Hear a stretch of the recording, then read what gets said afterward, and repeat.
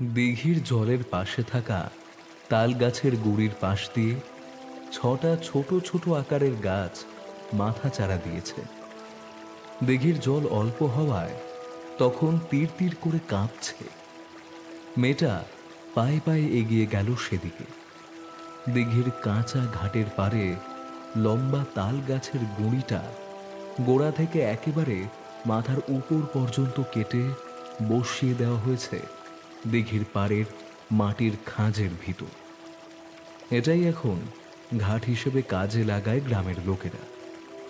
মেয়েটি সেই ঘাটের ওপরে গিয়ে দাঁড়ালো। দিঘির ঠান্ডা জল নিজের চৌহদ্দি পেরিয়ে ঘাটের বাইরে ছাপিয়ে পড়ে মাঝে মাঝে। এখন সেই সময়, তাছাড়া বর্ষাকাল, শিরশিরে ঠান্ডা হাওয়া চলছে। মাঝে মাঝে অনেক দূর থেকে শিয়ালের হুক্কা হুয়া ডাক ভেসে আসছে। বহু দূরের গ্রামের গৃহস্থ বাড়ি থেকে এত রাতেও টুকিটাকি শব্দ শোনা যায়। কিন্তু মেয়েটির সেদিকে মন নেই। সে তারা ভরা আকাশের দিকে তাকিয়ে দেখছে। তার চোখে জল, মাঝে মাঝে তার শরীরটা কেঁপে কেঁপে উঠছে।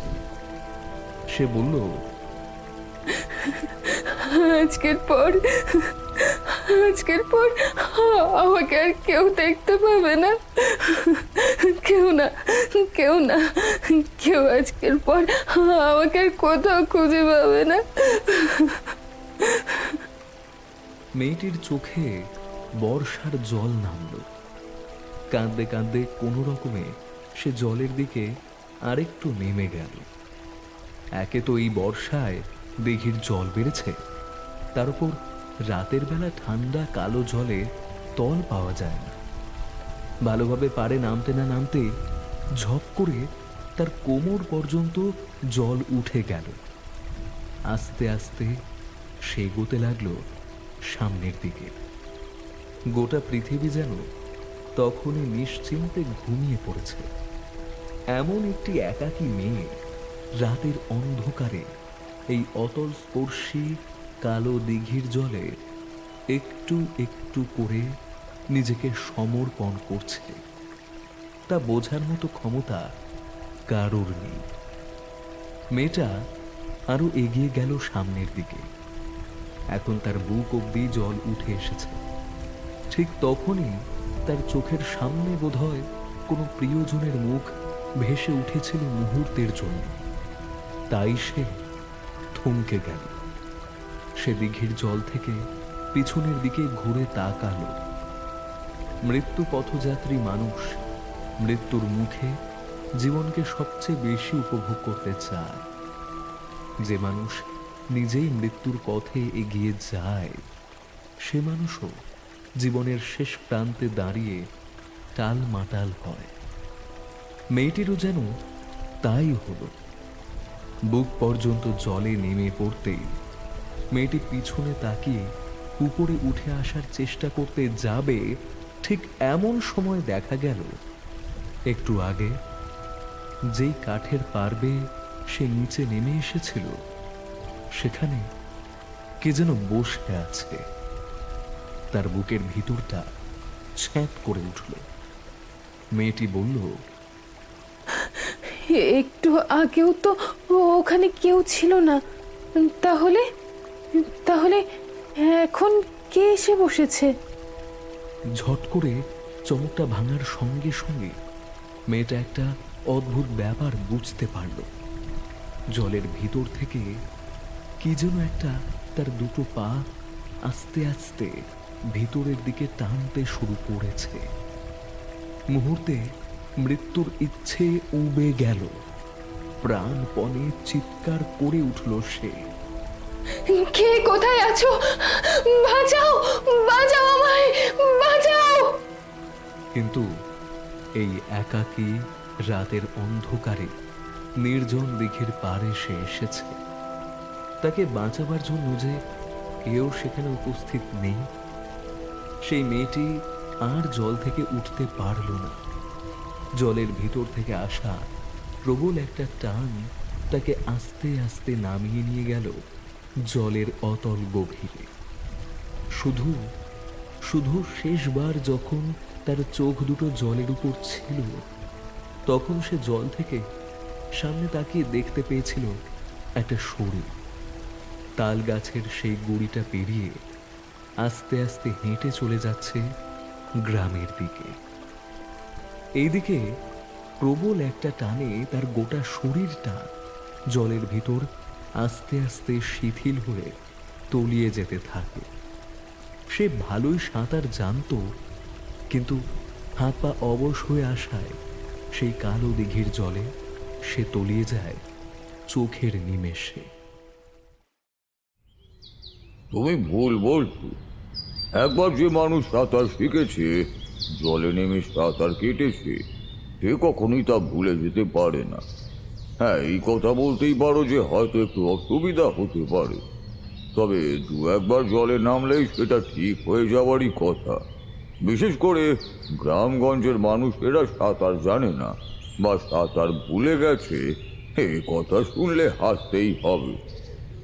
জলে আমিও নেমেছি ঠাকুরমশাই, সাঁতার দিতে আমিও জানি। তাছাড়া আমার মাসির বাড়ি হৈমন্তপুরের কথা তো আপনি নিজেও জানেন। কিন্তু কথাটা সেটা নয়। শুনেছি অনেক সময় অনেক বছরের সাঁতারের অনভ্যাসের পর জলে নামলে নাকি একটু সমস্যা হয়, আর তাতে বিপদও হতে পারে। ব্যাপারটা তোমার বলে নয় হে কিশোরী, মাঝে মাঝে অদ্ভুত কিছু ব্যাপার ঘটে গেলেও সেটা আমরা চট করে ধরতে পারি না। তখন মনে হয় অতি সাধারণ ব্যাপার। যে মানুষ সাঁতার জেনে জলে নেমেছে, তার জলে নেমে কোনো বিপদে পড়ার একটাই কারণ হতে পারে। এই মুহূর্তে কোনো খারাপ কিছু ঘটেছে তার সঙ্গে। সব কিছু তো আমরা আর খালি চোখে দেখতে পাই না, তাই না? তার মানে আপনি বলতে চাইছেন যে খবর আমরা শুনেছি তার পিছনে অন্য কোনো ব্যাপার আছে? এটা কোনো সাধারণ ব্যাপার নয়। এই কথাটা তারানাথকে বলার একটা কারণ ছিল। আজ সকালে যখন কিশোরী আমার বাড়িতে এসেছে, তখন সবেমাত্র আকাশের কৃষ্ণকালো মেঘেরা এক পশলা বৃষ্টিরূপে ঝরে পড়ে শেষ হয়েছে। ভোর থেকেই বৃষ্টি হয়েছে, তাই আমরা যখন বেরোলাম তখন আকাশে জমে থাকা মেঘের ফাঁক থেকে সূর্যের আলো সবেমাত্র একটু একটু করে বাইরে বেরোনো শুরু করেছে। শহরের রাস্তা জলে ভেজা, আর শহরের বাতাস এক শীতলতা মেখে যেন অপেক্ষা করছে আমাদের জন্য। মাসের শেষ, আমরা ট্রাম চড়ে মঠ লেনে এসে থামলাম।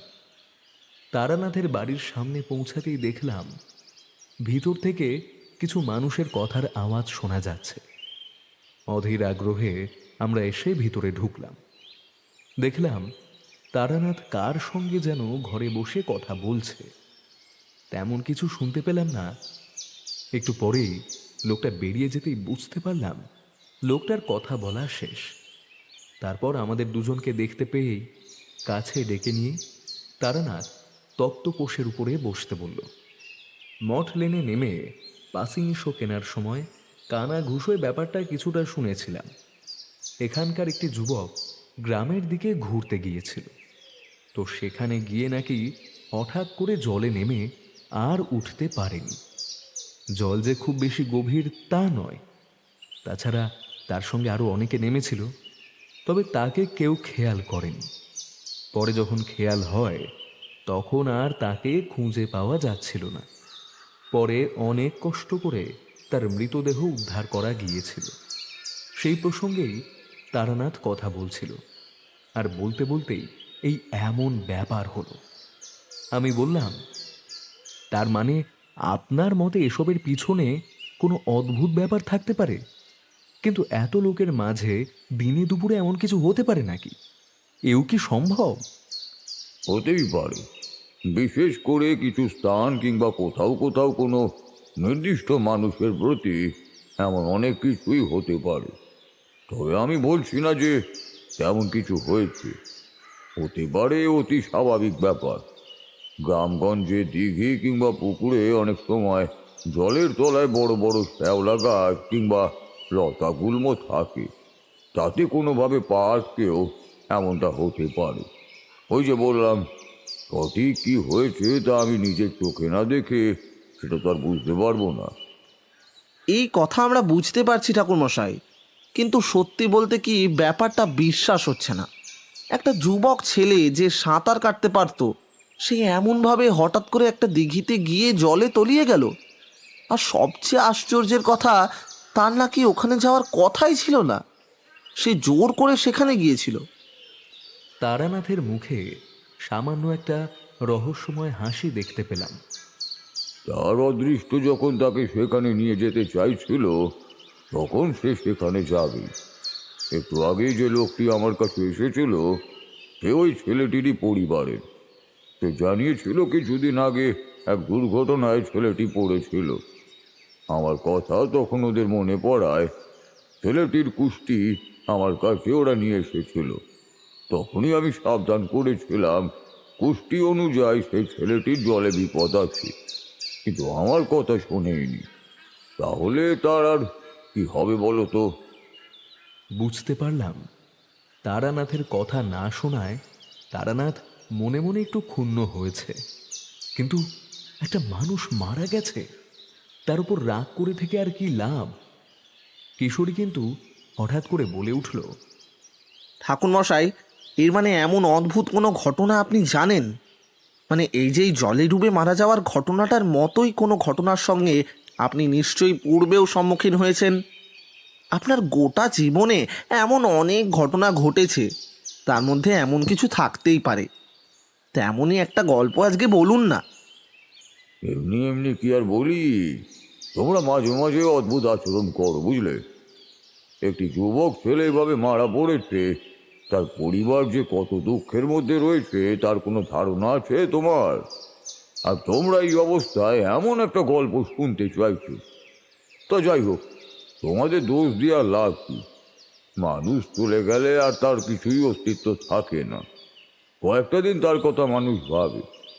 যার কাছে সে যত বেশি প্রয়োজনীয় ছিল, তার মনে সেই মানুষের স্মৃতির দাগ কাটে তত বেশি। তবে তারপরে সবাই ভুলে যায়। আসলে আমরা কোনো কিছুই মনে রাখছি না, নিজেদের ওই প্রয়োজনটুকু ছাড়া। যেটুকু প্রয়োজন নেই আমরা নিজেরাই কেমন করে যেন ভুলে যাই, সবই সময়ের সাথে। কথাটা বলতে গিয়ে তারানাথ উদাস চোখে তাকিয়ে রইল বাইরে আকাশের দিকে। পাসিং শোতে টান দিয়ে ধোঁয়া ছাড়তে লাগলো। মাঝে মাঝে মনে হয় আমরা একজন তান্ত্রিক কিংবা জ্যোতিষীর কাছে আসিনি, আমরা বসে রয়েছি অতি প্রাচীন কোনো তাত্ত্বিক তথা ভাবুক মানুষের কাছে, যে এমনভাবে কোনো ভাবনার বর্ণনা দিতে পারে তা ভাষায় প্রকাশ করে বোঝানো যাবে না। সে যাই হোক, তারানাথের ভাবুক দোষ আর কিশোরীর তাকে অনর্গল খোঁচা দেওয়া, এই দুই সমস্যাই মিটল এক সময়। তারানাথ বলল, হয়েছিল, মিথ্যে বলবো না। এই আমার সঙ্গে এমন একটা ঘটনা একবার ঘটেছিল, তবে সেই ঘটনাটা একটু অন্যরকম।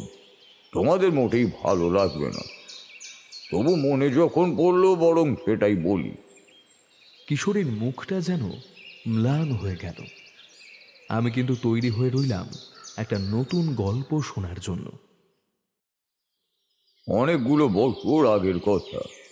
মধুসুন্দরী দেবীর সাক্ষাৎ পাওয়ার আগে একবার ঘুরতে ঘুরতে গিয়ে পড়েছি মোহনপুর বলে একটা গ্রামের কাছে।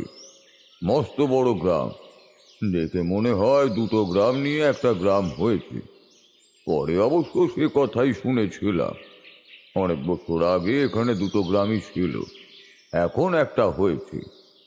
মোহনপুর গ্রামটা কিন্তু ওই যাকে বলে একেবারে অস্পারাগা। এরকম হলেও তার একদিক দিয়ে ঘন্টা খানেক হেঁটে গেলে রেল লাইন পড়ত। রেলগাড়িতে করেই গিয়েছিলাম মোহনপুরে। মোহনপুর স্টেশনে নেমে সেখান থেকে পায়ে হাঁটা পথে রাস্তায় পথচারীদের জিজ্ঞাসা করে মোহনপুর পর্যন্ত পৌঁছে গিয়েছিলাম। তার অবশ্য একটা কারণ ছিল। আশেপাশেরই এক গ্রাম থেকে খোঁজ পেয়েছিলাম মোহনপুরে এক বড় দিঘি আছে। সে দিঘির নাকি আশ্চর্য ক্ষমতাও আছে। বিপদগ্রস্ত কোনো মানুষ যদি সেই দিঘির কাছে গিয়ে নিজের প্রার্থনা ভালোভাবে জানাতে পারে, তাহলে নাকি তার সমস্যা পুরোপুরি না হলেও কিছুটা সমাধান হয়ে যায়। এমন একটা দিঘির কথা শুনে হাত পা গুটিয়ে দাওয়ায় বসে থাকা তো আর যায় না, তাই চট করে সিদ্ধান্ত নিয়ে নিলাম। মোহনপুরে যখন পৌঁছেছি তখন দুপুর হয়েছে। এক লোককে জিজ্ঞাসা করে মোহনপুরে সেই দিঘির পাড়ে গিয়ে দাঁড়ালাম। মস্ত বড় দিঘি, যেদিকে চোখ যায় শুধুই জল। দিঘির তিন পাশে বেশ জঙ্গল, শুধু একদিকে একটা পায়ে চলা পথ, যেটা গ্রামের দিকে যাওয়ার একটা রাস্তা বলতে পারো। দিঘির কাছে দাঁড়িয়ে দিঘির জলের দিকেই তাকিয়ে আছি। মাঝে মাঝে অল্প হাওয়ায় দিঘির জলে একটা তরঙ্গ উঠছে। একটু দূরে একটা মাছ ঘাই মারল। এখানে আসার আগে দিঘি সম্পর্কে যেমন কৌতূহল ছিল, এখানে এসে দিঘিটা দেখার পর কিন্তু তেমন আর রইল না। কেন জানি না মনে হলো কেউ হয়তো মিথ্যা কথা বলেছে। এই দিঘিতে এমন কোনো ব্যাপার থাকতেই পারে না। এই দিঘির জলের কোনো আশ্চর্য ক্ষমতা নেই। অবাক চোখের সামনে তাকিয়ে সেই দিঘির জলের দোলাচল দেখে চলেছি। এমন সময় একটা আশ্চর্য ব্যাপার ঘটে গেল। হাওয়ায় গাছের মাথাগুলো দুলছিল। হঠাৎ করেই যেন মনে হলো দিনের বেলাতেও এই গাছগুলোর মাঝে থেকে কেউ একজন আমার দিকে তাকিয়ে অদ্ভুত চোখে আমাকেই দেখছে। কথাটা মনে হতেই গোটা শরীরটা কেমন যেন শিরশির করে উঠল। ঝট করে পিছনে তাকালাম, না, কোথাও কেউ নেই। শুধু বড় বড় গাছগুলোর মধ্যে একটা গাছের ডাল যেন একটু বেশি নড়ে উঠল। দিঘির পাড়ে থাকা তাল গাছের এক পাশে 7টা ছোট ছোট গাছ মাথা উঁচু করে উঠে দাঁড়িয়েছে। আমি মনে মনে হেসে উঠে বললাম, মনের ভিতর নিশ্চয়ই কিছু অদ্ভুত চলছে, তাই এমন দেখছি। না, এবার একটু বিশ্রাম নেওয়া দরকার।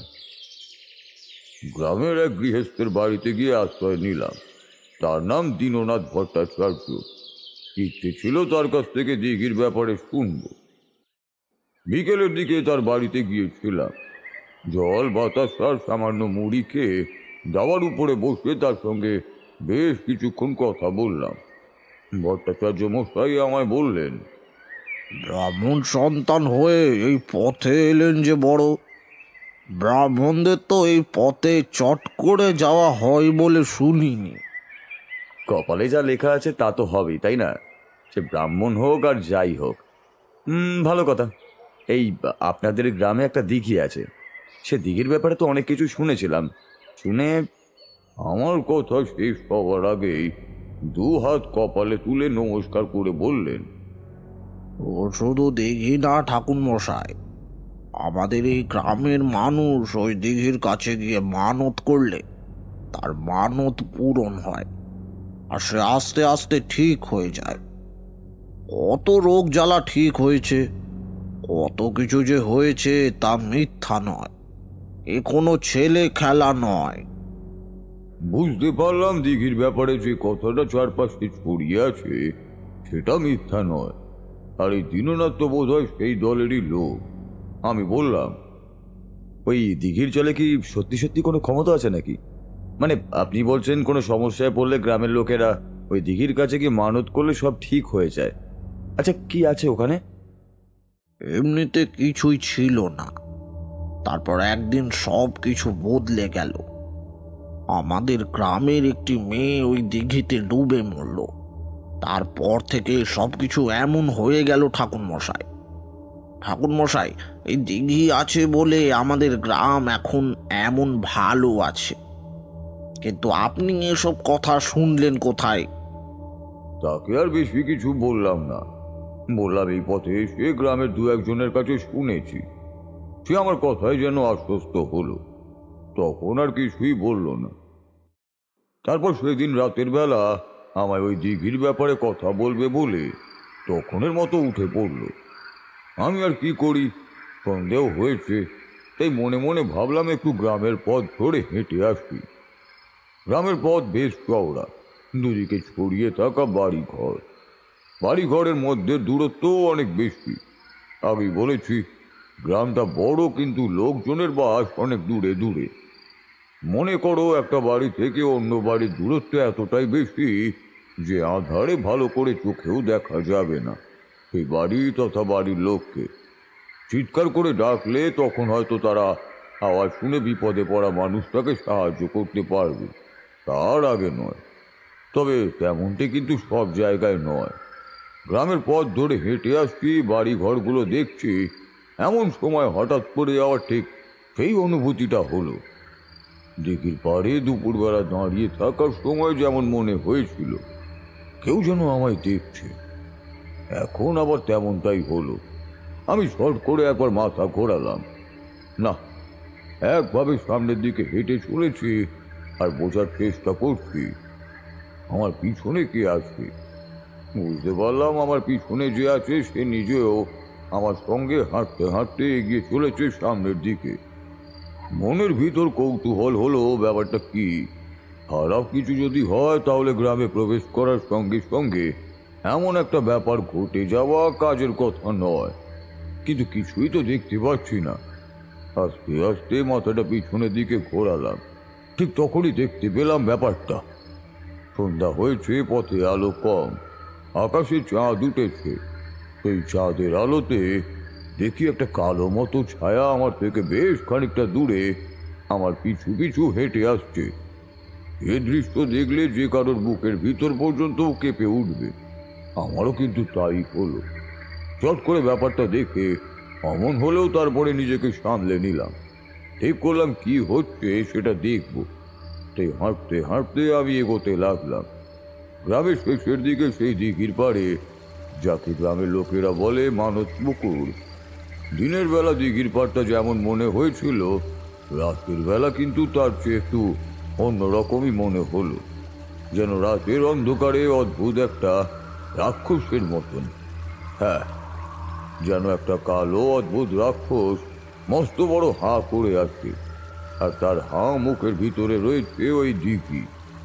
চাঁদের অল্প আলো দিঘির জলে মাঝে মাঝে প্রতিফলন হচ্ছে। আমার সঙ্গে আমার পিছনে আসা সেই ছায়াটিকে তখন আর দেখতে পেলাম না।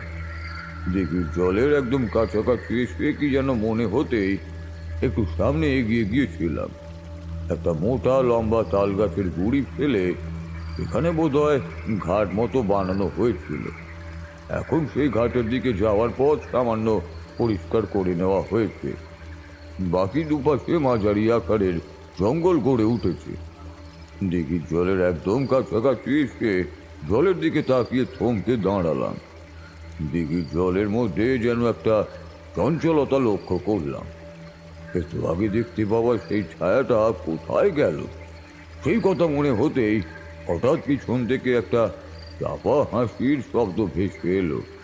একটা মেয়ে যেন এতক্ষণ ধরে সব কিছু চুপ করে দেখে চলেছিল, এবার দিঘির জলের কাছে এসে আমার এমন অদ্ভুত অস্থিরতা দেখে সে চমকে উঠেছে, আর তাই এমনভাবে হাসছে। কিন্তু পিছনে তাকিয়ে তাকে আমি আর দেখতে পেলাম না। চারপাশে সেই অন্ধকারটা যেন হঠাৎ করে চুপ করে নেমে এসেছে। অন্ধকার, আর সেই অন্ধকারে আমি দিঘির জলের দিকে তাকিয়ে অবাক হয়ে দেখি দিঘির জলে চাঁদের আলোর প্রতিচ্ছবি নেই। এতক্ষণ বলার পর তারানাথ একটু চুপ করেছিল। বুঝলাম সে ওই মুহূর্তটা মনে মনে আবার উপলব্ধি করছে। আমি বলে উঠলাম, সে কি, আপনি তো বললেন আকাশে চাঁদ রয়েছে, তাহলে চাঁদ যখন রয়েছে আকাশে তখন জলে চাঁদের প্রতিচ্ছবি থাকবে না কেন? এটাই তো আশ্চর্যের কথা, আমি নিজেও অবাক হয়ে গেছিলাম এমনটা কি করে হয়। তারপরেই মনে হলো এই দিঘির জলে কিছু একটা আছে। পেছন থেকে ভেসে আসা হাসির শব্দ তখনও আমি শুনতে পাচ্ছি। এখন মনে হলো এখান থেকে ফিরে যায়। অজানা অচেনা জায়গা, ভালো করে না জেনে শুনে রাতের বেলা এখানে এমনভাবে আসাটা ঠিক হয়নি। তারপরই মনে হলো দেখাই যাক। কথাটা ভেবে দিঘির জলে নামার জন্য যেই একটা পা বাড়িয়েছি, অমনি পিছনের দিকে বড় বড় কয়েকটা গাছের মাথা যেন ঝনঝন করে নড়ে উঠল, আর তারপরই একটা অদ্ভুত গলায় কে যেন বলে উঠল, ও জলে নামবি না রাতের বেলা, রাতের বেলা নামবি না। আমিও বুঝতে পারলাম শব্দটা এসেছে পিছন থেকেই, তাই সেই শব্দের উৎস লক্ষ্য করেই বললাম, রাতের বেলা ওই জলে নামলে কি হবে? আর জলে চাঁদের আলো দেখতে পাচ্ছি নাই বা কেন? ওই জলে রাতের বেলা চাঁদের আলো দেখা যায় না। শুধু চাঁদের আলো কেন, কোনো আলোই দেখা যায় না। তুই তুই চলে যা এখান থেকে। কিন্তু এই যে মানত পুকুর, এখানে এলে সবাই যা চায় তাই সে পূরণ করে। আমি তো এখানে সেই কারণেই এসেছি। পিছন থেকে আবারও একটা হাসির শব্দ শোনা গেল। তারপরে যে কি হলো, হঠাৎ করেই চারপাশটা কেমন যেন শান্ত হয়ে গেছে বলেই মনে হলো। জলে আমি একটা পা নামিয়েছিলাম, তখনই জলের ভিতরে হঠাৎ করে পায়ের তলায় যেন কি একটা লাগলো। ঠিক যেন মনে হলো একটা হাতের 5টা আঙুল আমার পায়ের পাতাটা একবার ধরবার চেষ্টা করলো, কিন্তু তারপরে কি কারণে যেন পারলো না। শিরশির করে উঠলো শরীরটা। আমি ঝট করে জল থেকে পাটা উপরে তুলে ফেললাম। চারপাশে সেই হাসির শব্দটা থেমে গেছে। অদ্ভুত একটা অনুভূতি আমার গোটা শরীর জুড়ে একটু একটু করে উঠে আসছে। পায়ের পাতা ভেজা, ঠান্ডায় গা শিরশির করছে। গোটা দিঘির পাড়টা যেন অনেকটা বড় হয়ে গেছে বলেই মনে হচ্ছে। এবার মনে হলো দিঘির পাড়ের জঙ্গল থেকে তারা যেন উঁকি দিয়ে আমায় দেখছে। যে দিঘির কাছে মানুষের মানত পূরণ হয়, সে দিঘির আশেপাশে এমন অদ্ভুত অবস্থা কেন? কিন্তু আর সেখানে দাঁড়াবার সাহস পেলাম না। অতিরিক্ত সাহস যে বোকামির লক্ষণ, তাই সেখান থেকে উঠে চলে গেলাম গ্রামের পথ ধরে দীননাথের বাড়িতে। দীননাথ আমায় দেখতে না পেয়ে চিন্তায় পড়েছিল, এদিক ওদিক খোঁজাখুঁজিও করেছিল, কিন্তু আমি যে ওই পথে গেছিলাম তা তিনি ভাবতে পারিনি। আমায় দেখে তার যেন ধরে প্রাণ এলো। তিনি বললেন, ঠাকুর মশাই, আপনি কোথায় চলে গিয়েছিলেন? আমি তো ভাবলাম আপনি ফিরেই গেছেন। কোথায় গিয়েছিলেন? এ তো আপনার চেনা জায়গা নয়। না বলে কয়ে এভাবে চলে গিয়েছিলেন, সন্ধে পেরিয়ে এদিকে রাত নেমেছে। দিঘির পাড়ে গিয়েছিলাম। আপনি বললেন যে দিঘির পাড়ের দিকে লোকজন থাকে না, কিন্তু আমি যে স্পষ্ট একটি মেয়ের গলা শুনতে পেয়েছিলাম। দীননাথের মুখটা মুহূর্তের মধ্যেই কেমন যেন ফ্যাকাশে হয়ে গেল। তাড়াতাড়ি আমার হাত ধরে তিনি দাওয়ার উপরে নিয়ে গেলেন। তারপর হ্যারিকেনের আলোটা বাড়িয়ে দিয়ে বললেন, একটি মেয়ে? আপনি ঠিক দেখেছেন তো? ওটা কোনো মেয়েই ছিল তো? ঠিক দেখেছি কিনা বলতে পারি না, অন্ধকার ছিল। গলা শুনে আর কথা বলে তো তেমনটাই মনে হলো, কিন্তু যেই হোক সে মানুষ নয়, সে আর বেঁচে নেই। দীননাথ আবারও হাত তুলে নমস্কার করল। আমি অবাক হয়ে গেলাম। এই কথায় ওভাবে নমস্কার করারই বা কি আছে? ঠাকুর মশাই, ও মেয়ের কথাই আপনাকে বলবো বলে বলছিলাম। দাঁড়ান, রাতের খাওয়াটা খেয়ে নি, তারপরে সব কথা বলছি। এতক্ষণ এক টানা চুপ করেছিল কিশোরী। এবার সে বলল, কিন্তু যে মেয়েটি আপনার সঙ্গে এমনভাবে কথা বলল, সে যে মানুষ নয় তা তো বোঝাই যাচ্ছে। তাহলে তার কথা শুনে দীননাথ মাথায় হাত ঠেকালো কেন? অবাক আমিও হয়েছিলাম, বুঝলে ছোকরা। কিছুই বুঝতে পারছিলাম না। মানে দিঘির জলের এই অবস্থা দেখতে পেলাম, জলের তলায় এমন কিছু একটা আছে যেটা আমায় ধরতে চেয়েছিল, সেটাও বুঝতে পেরেছিলাম। কিন্তু দীননাথের কাছে সেখানকার আসল ইতিহাস না শোনা অবধি যে আমার স্বস্তি হচ্ছিল না। বুঝতে পারছিলাম এরপরেই কিছু হতে পারে। রাতে খাওয়া দাওয়ার পর দীননাথ আমায় নিয়ে দাওয়ায় বসলো। কথায় কথায় বলতে লাগলো, ঠাকুর মশাই, আজ থেকে প্রায় 2-3 বছর আগের কথা। আমাদের এই গ্রামে একটি মেয়ে ছিল যার নাম পদ্ম। পদ্ম বড়ই ভালো মেয়ে। অন্তত গ্রামের লোকে তার নামে কখনোই কথা শোনেনি, আর বলার সাহসও পায়নি। সেই পদ্মর মা মাত্র 3 দিনের জ্বরে ভুগে মারা পড়ল। গ্রামের লোকেরা অনেক চেষ্টা করেছিল তাকে সুস্থ করার। আমাদের গ্রাম, এমনকি দূর গ্রামের কবিরাজকে খবর দিয়ে আনিয়ে ওষুধপত্র সব সেবা শুশ্রূষা করেও কিছু লাভ হলো না। দিন রাত জেগে পদ্ম মায়ের কাছে থেকে তার সেবা করল। 3 দিনের মাথায় পদ্মর মা মারা পড়ল। পদ্মর বাপ আমাদের গ্রামের পাশের গ্রামে যে হাট আছে সে হাটে থাকে। বলতে গেলে সপ্তাহে 3টা দিন সেখানে থাকে আর বাকি 3-4টে দিন থাকে বাড়িতে। পদ্মর মা যখন মারা গেল তখন পদ্মর বাপ হাট বাড়ির কারণে সেই হাটেই ছিল। একজন গিয়ে তাকে খবর দিয়ে ডেকে আনলো। মায়ের সৎকার করে পদ্ম তখন একেবারে নিঃস্ব হয়ে গেছে। অনেকেই পদ্মর বাপকে বলল পদ্মকে বিয়ে দিয়ে দিতে, কিন্তু পদ্মর বাপ সে কথা কানেই তুলল না। মেয়েটাকে একলা বাড়িতে রেখে সে হাটে চলে যেত। তবে পদ্ম যেমন ভালো মেয়ে তেমন শক্ত সমর্থ মনের মানুষ। গ্রামের কেউ তার সঙ্গে খারাপ কোনো কথা বলে পার পেত না। কিন্তু এর মাঝে একদিন হঠাৎ করে হলো কি, আমাদের গ্রামের যে কালী মন্দির আছে সেই মন্দিরে একদিন সকালে পুজো দিতে গিয়ে পদ্ম জ্ঞান হারিয়ে ফেলল। জ্ঞান ফেরার পর পদ্ম যেন আর কাউকে চিনতে পারছে না। সে এক অদ্ভুত অবস্থা। পদ্মর চোখ লাল, মুখ থেকে অনর্গল দুর্বোধ্য কথা বেরিয়ে আসছে।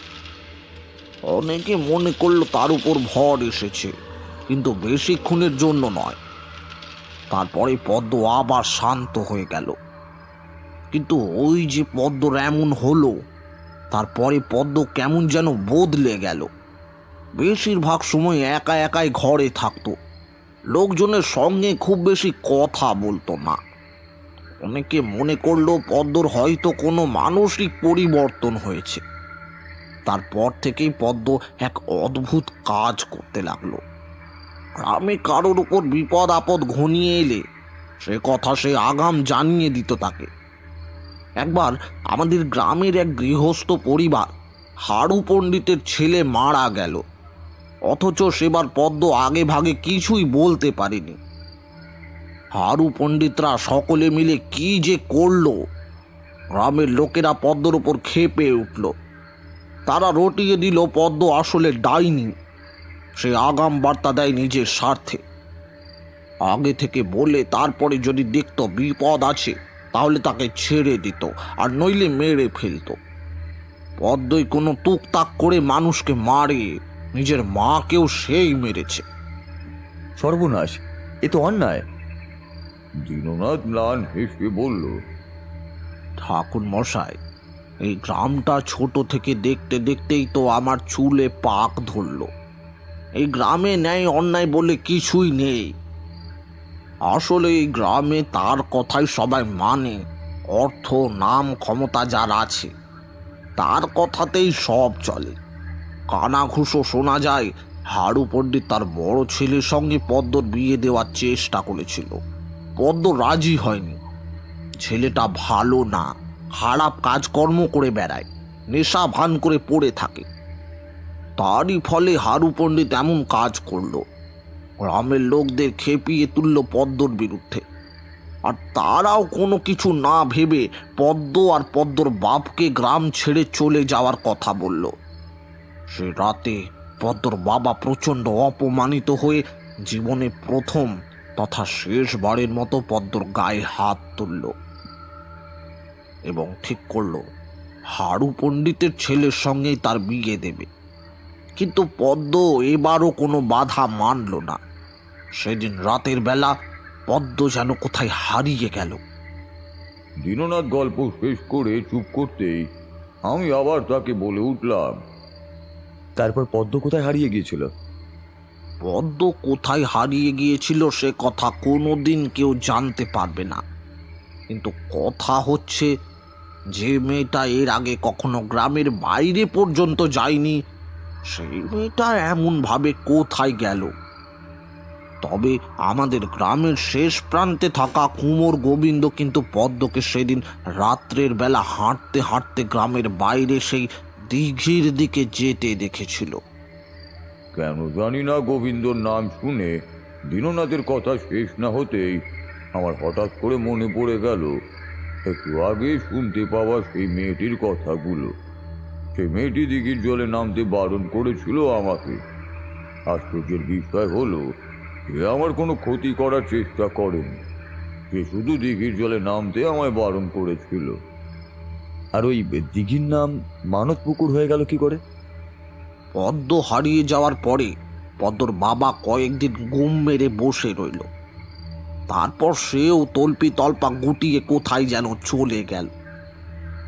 পদ্মদের বাড়িটা এখনো ফাঁকা পড়ে আছে।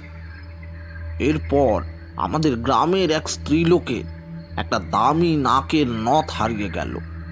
কিভাবে যেন সে ওই দিঘির কাছে বসে নাকের নথের কথা বলে প্রার্থনা করেছিল যেন সেটা ফিরে পায়, আর তাতেই তার নাকের নথ উদ্ধার হলো। হতে পারে গোটা ব্যাপারটার মধ্যে সত্যি কিছুই নেই, কিন্তু এরপর থেকে অনেকেই অনেক কিছু আশা ভরসা নিয়ে ওই দিঘির পাড়ে যেতে লাগলো। ওখানে গিয়ে নিজেদের বিপদের কথা বললে সেই বিপদ থেকে মুক্তি পাওয়া যেত। কিন্তু হ্যাঁ, রাতের বেলা ওই দিঘির পাড়ে যাওয়া যেত না। রাতের বেলা ওখানে গিয়ে এর আগে অনেকে অনেক কিছু ভয় পেয়েছে। তাই তো আমি আপনাকে বারণ করলাম। বুঝতে পারলাম ওই মানত পুকুরের ব্যাপারটা বড্ড জটিল। পদ্ম হারিয়ে যাওয়ার সঙ্গে ওই দিঘির হঠাৎ করে মানুষের ইচ্ছে পূরণ করা মানত পুকুর হয়ে যাওয়ার মধ্যে নিশ্চয়ই কোনো একটা সম্পর্ক আছে। আপনি বাইরের মানুষ, এসবের মধ্যে কেন জড়াবেন? মানত পুকুর দেখতে এসেছেন, দেখুন, দুদিন থাকুন আমার কাছে, সমস্যা নেই। তারপর ফেরার পথ ধরুন। এসব বিষয়ে নিজেকে জড়াবেন না। আপনার কোনো বিপদ হোক আমি চাই না। বেশ, তুমি যখন তাই চাও তাহলে কাল সকালেই আমি গ্রাম ছেড়ে চলে যাব। কথাটা বলে তারানাথ আমাদের দিকে তাকিয়ে হাসল। আমি আর কিশোরী একবার মুখ চাওয়াচাওয়ি করলাম মাত্র, মুখে কিছু বললাম না। কারণ কেন জানি না মনে হচ্ছিল এইখানে সবকিছু শেষ নয়। সেদিন দীননাথের কাছে ওই মানত পুকুরের ধারে ঘটে যাওয়া আশ্চর্য আরো কিছু ঘটনার কথা শুনে পরদিন ভোরবেলা সেখান থেকে বেরিয়ে এলাম।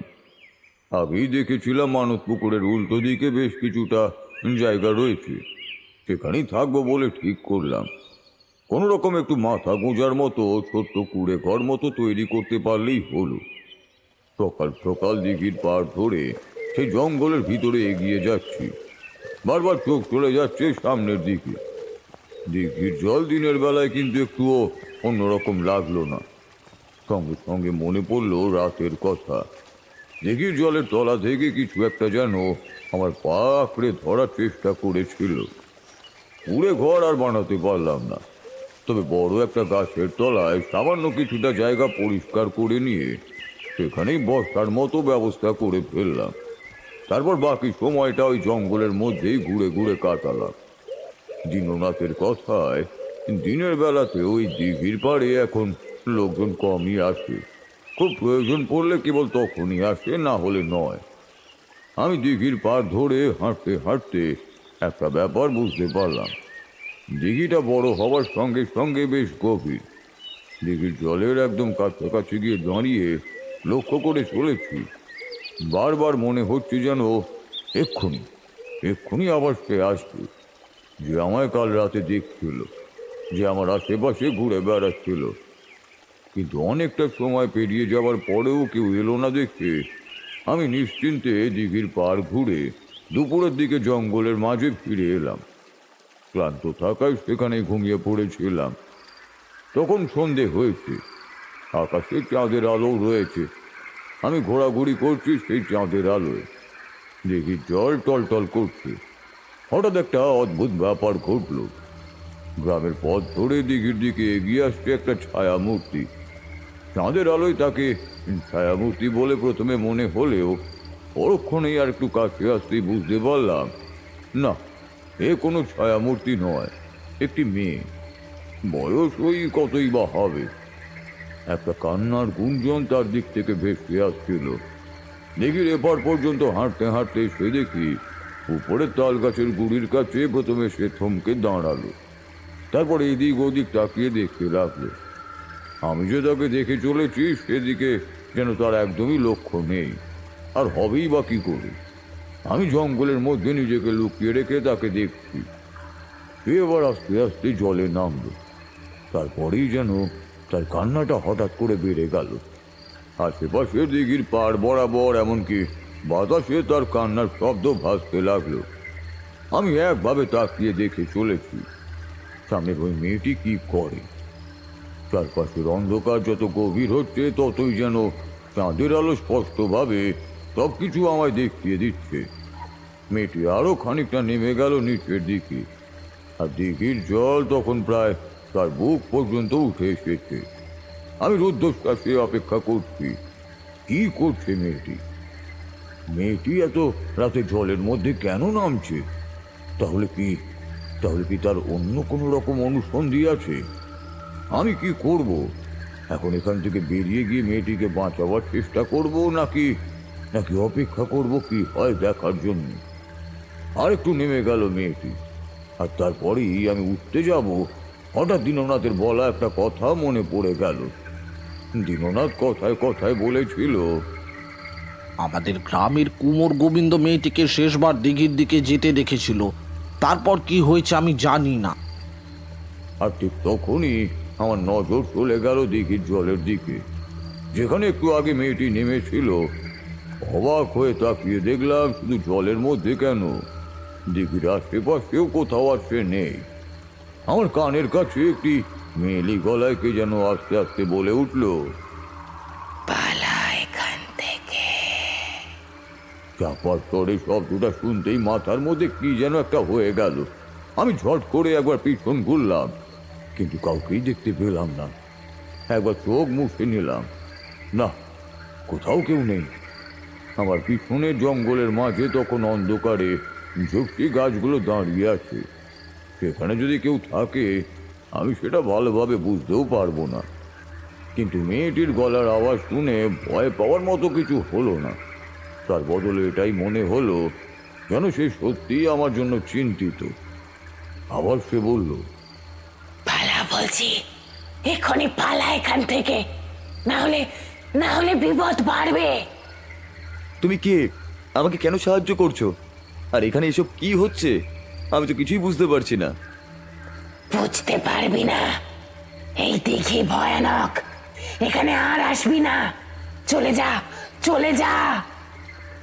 আমি চলে যেতে পারলাম না, কারণ ততক্ষণে জলের দিক থেকে আরেকটা হাসির শব্দ শুনতে পাচ্ছিলাম। অর্থাৎ আমার কানের কাছে যে কথা বলছে সে আর ওই দিঘির জলের মধ্যে থেকে যে হাসছে, দুজন দুটো আলাদা শক্তি। এই প্রথমবার বুঝতে পারলাম একটা ভুল আমার হয়েছে। এখানে একজন নেই, কম করে দুজন রয়েছে। তাদের মধ্যে একজন আমার সাহায্য করতে চাইছে, আর অন্যজন আমাকে দিঘির জলে টেনে নিয়ে আমাকে সবটা জানতেই হবে। এবার মেয়েটি হঠাৎ করে যেন কোথায় হারিয়ে গেল, তার শব্দ আমি আর শুনতে পাচ্ছি না। সামনে দিঘির জলে ততক্ষণে তোলপাড় শুরু হয়েছে, যেন জলের তলা থেকে কিছু একটা প্রবল শক্তিতে বাইরে বেরিয়ে আসার চেষ্টা করছে, কিন্তু বেরোতে পারছে না। আমি কি করব বুঝতে পারছিলাম না। এই মুহূর্তে জঙ্গল থেকে বেরিয়ে অন্য কোথাও চলে যাব, নাকি এখানে দাঁড়িয়ে অপেক্ষা করে দেখবো আসলে দিঘির পাড়ে কি হচ্ছে। কানের কাছে শোনা সেই মেয়েটির কথা বন্ধ হতেই যেন মনে হচ্ছিল এই গোটা বিশ্ব চড়ে আমি একা। কেন যে দীননাথের কথা না শুনে মানত পুকুরের মায়ায় উদ্ভূত হয়ে এই জঙ্গলে একা রাত কাটাতে এলাম। আর আমার মাথার ভিতরটাও ঝিনঝিন করছিল। বারবার মনে পড়ছিল দীননাথের কথা, এই গ্রামে প্রবেশ করার আগে সেই লোকটার বলা কথাগুলো, মানস পুকুরের ইতিহাসের কথা। সেই রাতে পদ্ম এই পথে এসেছিল, তারপর তার কি হয়েছিল। যতই ভাবছি ততই যেন কোনো পথ বার করতে পারছি না। পরে বুঝতে পেরেছিলাম আসলে দিঘির আশেপাশের পরিবেশটা এক অদ্ভুত অশুভ শক্তি ছড়িয়ে গেছিল, আর সেই কারণেই ওখানে অবস্থানকালে আমার শরীরেও তার প্রভাব একটু একটু করে পড়েছিল। আমার বুদ্ধি, চিন্তা করার ক্ষমতা সব কিছুই যেন লোপ পাচ্ছিল। আমি জঙ্গলের মধ্যেই বসে রইলাম। জলের ভিতরে সেই প্রবল আলোড়ন আস্তে আস্তে বাড়ছে। এবার দিঘির জল যেন তার চৌহদ্দি ছাপিয়ে বাইরের দিকে এসে পড়ছে। যেন মনে হচ্ছে জলের তলা থেকে গল গল করে জল উঠে এসে জলস্তর বাড়িয়ে চলেছে। এমন সময় যেন ঠিক দিঘির জলের মাঝখানে তুমুল ছটফটি শুরু হলো। আমি অবাক হয়ে গেলাম। চারপাশের অন্ধকারটা ভেদ করে যেন চাঁদের আলোটা দিঘির জলে পড়েছিল। সেই আলোয় দিঘির চারপাশটা পরিষ্কার দিনের আলোর মতোই দেখা যাচ্ছিল। আর সেই আলোতে দেখতে পেলাম জলের ঠিক মাঝখানে কি একজন রয়েছে। তার শরীরের খানিকটা অংশ জল থেকে বাইরে বেরিয়েছে, বাকিটা তখনও জলের তলায়। ঠিক সেইভাবে ওখান থেকে তাকিয়ে রয়েছে আমার দিকে। এটা কি? আমার মাথার ভিতর চলতে থাকা প্রশ্নের কথাটা মনে পড়ল। একটা অদ্ভুত ব্যাপার ঠিক সেই মুহূর্তে আমার সাথে ঘটে গেছে তা আমি বুঝতে পারলাম। আমি আমি আর জঙ্গলের কাছে দাঁড়িয়ে নেই। কখন যেন আমি নিজের অজান্তেই হাঁটতে হাঁটতে এসে পড়েছি দিঘির একদম কাছে। আমার পায়ের কাছে কি একটা জানি ঠেকলো। আমি সেদিকে তাকিয়ে দেখলাম একটা মৃতদেহ, যেটা ফুলের ঢোল হয়ে গেছে। মৃতদেহটা আমার পায়ের কাছে এসে ঠেকেছে। বর্ষা দুর্গন্ধ চারপাশে ছড়িয়ে পড়েছে। সঙ্গে সঙ্গে নাকে হাত চাপা দিলাম। আর একটু হলেই হরর করে বমি হয়ে যেত। কোনো রকম সেটা সামলে নিয়ে দিঘি থেকে ওপরের দিকে উঠে আসতে যাব, এমন সময় দেখি জলের ঠিক মাঝখানে ফাঁকা। সেই ছায়া শরীর আমার দিকেই তাকিয়ে আছে। তার চোখের মনি নেই, সাদা ফ্যাকাশে চোখ। দু চোখ দিয়ে সে যেন আমায় সম্মোহন করে দিঘির জলে নামাবার চেষ্টা করছে। আমি আমি বুঝতে পারছিলাম না কি করব। এখান থেকে চলে যাব নাকি দিঘির জলে নেমে ওই অশুভ শক্তির কাছে নিজেকে আত্মসমর্পণ করব। ঠিক তখনই একটা অদ্ভুত ব্যাপার ঘটে গেল। গল্প বলতে বলতে কেমন যেন অন্যমনস্ক হয়ে গিয়েছিল তারানাথ। কখন বাইরে ঝমঝম করে বৃষ্টি নেমেছে সে কথা তার খেয়াল নেই। আমরা জানলার কাছ থেকে একটু সরে এসেছিলাম। কিশোরী আর আমি ভীষণ মনোযোগের সাথে গল্প শুনে চলেছিলাম। তারানাথ একটু চুপ করতেই কিশোরী বলে উঠল, আপনি প্রথমে বললেন যে ওই দিঘির জলের কাছে এসেছিল সেই মেয়ের গল্প শুনেছিলেন। আর তাই যদি হয়, সেই মেয়েটি যদি জলের মাঝখানেই থাকে, তাহলে আপনার কানের কাছে যে কথা বলছিল সেই মেয়েটি কি? আগেই তো তোমাদের বলেছি, ওই দিঘির পাড়ে আসলে দুটি শক্তি ছিল। প্রথমে তা ধরতে না পারলেও পরে সেটা আমি বুঝতে পেরেছিলাম। কিন্তু এটা বুঝতে পারছিলাম না তার মধ্যে শুভ শক্তি কোনটা আর অশুভ শক্তি কোনটা। এটা কিন্তু সত্যি। এতক্ষণে দুটি শক্তির কোনোটি আপনার ক্ষতি করার চেষ্টা করেনি। মানে আপনি সম্মোহিত হয়েছিলেন আর ওই অশুভ শক্তির প্রভাবে দিঘির পাড়েও চলে এসেছিলেন, সে কথা ঠিক। কিন্তু তাই বলে আগে থেকেই কাউকে অশুভ শক্তি বলে দাগিয়ে দেওয়ার মতন ঘটনা তো তখনও আপনার সঙ্গে ঘটেনি। কিন্তু আমি তা বুঝতে পারিনি। দিঘির কাছ থেকে সরে এসে জঙ্গলের মধ্যে যখনই প্রবেশ করেছি, তারপর থেকেই সে আমায় অনুসরণ করেছিল। অন্ধকার নামতেই সে নিজের কাজ শুরু করে দেয়। কিন্তু আমি সেসব বুঝতে পারিনি। দিঘির জলের মধ্যে থাকা একটা শরীর আর আমার পায়ের কাছে ভাসতে থাকা পশা ফুলের ঢোল হয়ে যাওয়ার অন্য একটা শরীর। দিঘি থেকে উঠে দাঁড়ালেও মৃতদেহটা আমার পায়ের কাছে তখনও ভেসে রয়েছে। প্রাণপণে চিৎকার করে বলতে ইচ্ছে হলো, তোমরা কারা? এই দিঘির পাড়ে তোমরা কি করছো? বুঝতে পারলাম না। গলা যেন আটকে এলো। চিৎকার করতে পারলাম না। তার বদলে যেন গলার কাছটা রুদ্ধ হয়ে এলো। বুঝতে পারছিলাম কোনো একটা ক্ষমতা আমায় আটকাবার চেষ্টা করছে। কিন্তু কিন্তু আমি তারানাথ তান্ত্রিক। মাতু পাগলির আশীর্বাদ আমার মাথায় রয়েছে। আমার ক্ষতি করা এত সহজ নয়। আর ক্ষতি বলতে কি, এই মোহনপুরে আসার আগে সেই সাধুর কাছে, ওই মানত পুকুরের কাছে রাত কাটাবার অভিজ্ঞতার কথা শুনে তারপরেই আমি এখানে এসেছি। এই এতক্ষণ ধরে যা যা হয়ে চলেছিল তা খুব একটা অদ্ভুত মনে হয়নি। এসব ঘটনা সম্পর্কে একটা ধারণা কিন্তু আমার কাছে ছিল। তার মানে আপনি বলতে চাইছেন ওই মানত পুকুরের কাছে আপনি এমনি এমনি যাননি, কারোর কাছে শুনে গিয়েছিলেন? অবশ্য হ্যাঁ, সে তো আপনি বলেছিলেন, কিন্তু সেই সাধু আপনাকে কি বলেছিল? মোহনপুর স্টেশনের আগে পড়ে রায়চক স্টেশন। আমি রায়চকেই নেমেছিলাম। সেখান থেকে হেঁটে হেঁটে ঘুরবো ঠিক করেছিলাম। পথে বেরিয়ে পড়ার পর আমি আর কোনো কিছুই ভাবতাম না। রায়চক স্টেশনের কাছে একটা গুমটি দোকানে বসে চায়ের ভাড়ে সব একটা চুমুক দিয়েছি। অনেকদিন এমনভাবে চায়ের দোকানে বসে চা বিড়ি খাওয়া হয়নি। এক প্যাকেট বিড়ি আর একটা দেশলাই কিনে কোমরের খুঁটে গুঁজে সবে মাত্র একটা বিড়ি ধরিয়েছি। এমন সময় দেখি একটু দূরে দাঁড়িয়ে আমাকে দেখছে একজন। আমি ঠিক বুঝতে পারলাম না। এরপর সে আমার নাম ধরে ডাকলো। তার মুখে আমার নাম শোনার পরে আমি তার দিকে খানিকটা এগিয়েই গেলাম। আমি তাকে চিনতে পারলাম, জীবনানন্দ। এর আগেও জীবনানন্দের সঙ্গে পথ চলতে আমার অনেকবারই যোগাযোগ হয়েছে এবং দেখাও হয়েছে। জীবনানন্দ আমার পাশে কাঠের বেঞ্চের উপরে সে বসলো। সে বলল, আরে, অনেকদিন পর তোমার সাথে দেখা হলো। তা এই পথে কোথায় চলেছো? মোহনপুরের মানত পুকুরের কথা শুনেছি, সেখানেই যাবো বলে বেরিয়েছি। তেমন কিছু ঠিক ছিল না সেখানে যাওয়ার। এখানে এসেই লোক মুখে মানত পুকুরের কথা শুনলাম, তাই সেখানে যাওয়ার কথাই ঠিক করলাম। আমার কথা শুনে জীবনানন্দের মুখটা কেমন যেন বদলে গেল। তাকে যেন কিছু একটা চিন্তিতই দেখালো। সে বলল, তোমার ইচ্ছে হয়েছে যখন তখন যাও, তবে একটু সাবধানে থেকো।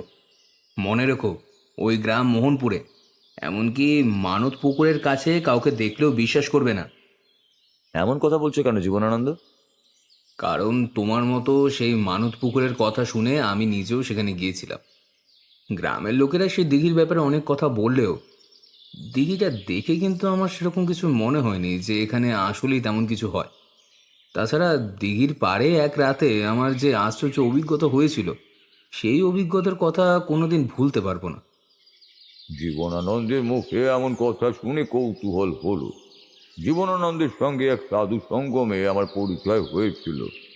বয়সে সে আমার চেয়ে অনেকটাই ছোট। তাছাড়া সব কিছুতে জীবনানন্দের সবসময় একটা আলাদা অনুভূতি কাজ করে। জীবনানন্দ যখন এই কথা বলল তখন বুঝতে পারলাম সে নিশ্চয়ই ওখানে গিয়েছিল। তাকে চেপে ধরলাম। সেদিন চায়ের দোকানে কাঠের বেঞ্চের উপর বসে জীবনানন্দ যে কথা বলেছিল, তারপর আমি মনে মনে স্থির করে নিয়েছিলাম যে মানত পুকুরের কাছে আমার একবার হলেও যেতেই হবে। কিন্তু কেন? জীবনানন্দ আমার কথায় চারপাশটা একবার ভালো করে দেখে নিল। তারপর আমার দিকে একটু সরে এসে আস্তে আস্তে বলতে শুরু করলো সেই আশ্চর্য কথা। জীবনানন্দ তার মতো করে ভাঙা ভাঙা ভাষায় কথাগুলো বলেছিল। আমি তা সহজ করেই তোমাদেরকে বলি। সে অনেক কিছুই বলেছিল যেগুলো তোমরা বুঝতে পারবে না। তন্ত্রে অনভিজ্ঞ মানুষেরা সেসব কথা বুঝবেও না। তাই আমি তোমাদেরকে সহজ করেই বলছি, দাঁড়াও। আমার মতোই জীবনানন্দ মানত পুকুরের কথা শুনে মোহনপুরে গিয়ে পৌঁছায়। কিন্তু সে আমার মতো কোনো গৃহস্থের বাড়িতে আশ্রয় নেয়নি। তার বদলে মানত পুকুরের কাছাকাছি সেই ফাঁকা জমির কাছেই দুপুর থেকে বিকেল পর্যন্ত অপেক্ষা করছিল। এক সময় তাকে গ্রামেরই একজন দেখতে পায়। আর সবচেয়ে আশ্চর্যের কথা, জীবনানন্দের সঙ্গে দেখা হয়েছিল মোহনপুর গ্রামের দীননাথ ভট্টাচার্যের। তার মানে যার সঙ্গে আপনার দেখা হয়েছিল তার সঙ্গে দেখা হয়েছিল জীবনানন্দেরও? দীননাথের সঙ্গে জীবনানন্দের দেখা হলে দীননাথ তাকে তার সঙ্গে তার বাড়িতে যেতে বলে। কিন্তু জীবনানন্দ তাকে বলে, আমি কারোর বাড়িতে যাই না, ওভাবে আমি আপনার বাড়িতে যেতে পারবো না। আমি এখানে ঠিকই আছি, আমার এখানে কোনো সমস্যা নেই। সেটা না হয় ঠিক আছে ঠাকুর মশাই, কিন্তু আমাদের গ্রামে রাতের বেলা ওই মানত পুকুরের কাছে কারো থাকা নিষেধ। দেখছেন না, সন্ধে হওয়ার আগে আগেই সবাই যে যার মতো বাড়ি ফিরে যাচ্ছে। এই পথে রাতের বেলা আসা বারণ। তোমার কোনো চিন্তা করতে হবে না, আমি এখানে ঠিক থাকবো, আমার কোনো অসুবিধা হবে না। এ হলো আমাদের গ্রামের মানত পুকুর। এই দিঘির জল নষ্ট হলে আমাদের বড় বিপদে পড়তে হবে।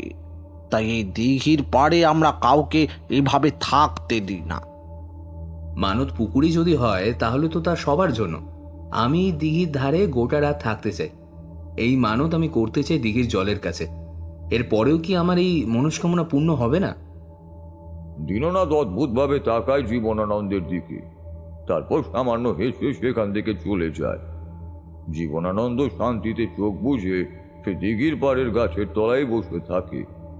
ধীরে ধীরে রাত নেমে আসছে চারপাশে।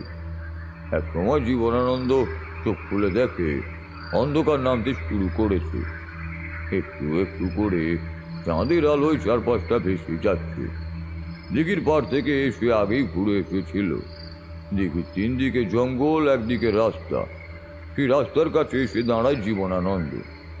তার মন তাকে বারবার বলছিল আশেপাশে কি যেন একটা আছে। এখানে শুধু সে একা নয়, তার সঙ্গে আরো কিছু রয়েছে যা খালি চোখে দেখা যায় না। জীবনানন্দ তেমন কিছু ভাবেনি। হাঁটতে হাঁটতে দিঘির জলের কাছে গিয়ে যেই দাঁড়িয়েছে, এমন সময় সে দেখতে পায় দিঘির সেই তাল গাছের গুড়ি পাতা কাঁচা ঘাটের কাছে একটা মেয়ে বসে বসে কাঁদছে। এই কে তুমি? এই রাতে এখানে বসে কি করছো? মেয়েটা উত্তর দেয় না, আগের মতোই কাঁদতে থাকে। জীবনানন্দ আবার বলল, কে তুমি? উত্তর দিলে না তো।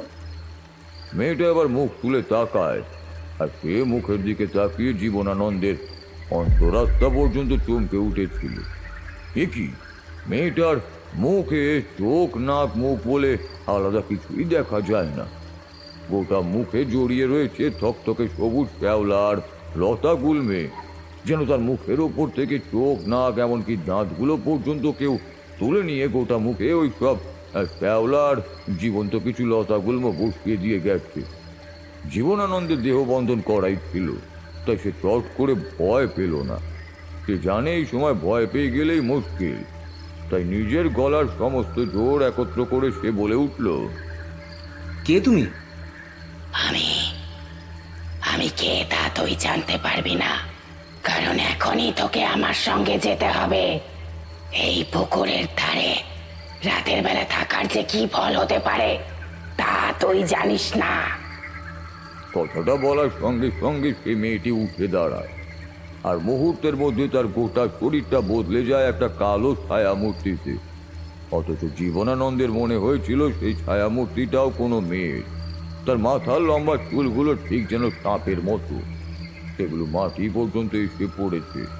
গোটা শরীরে কাপড়ের চিহ্ন মাত্রও নেই।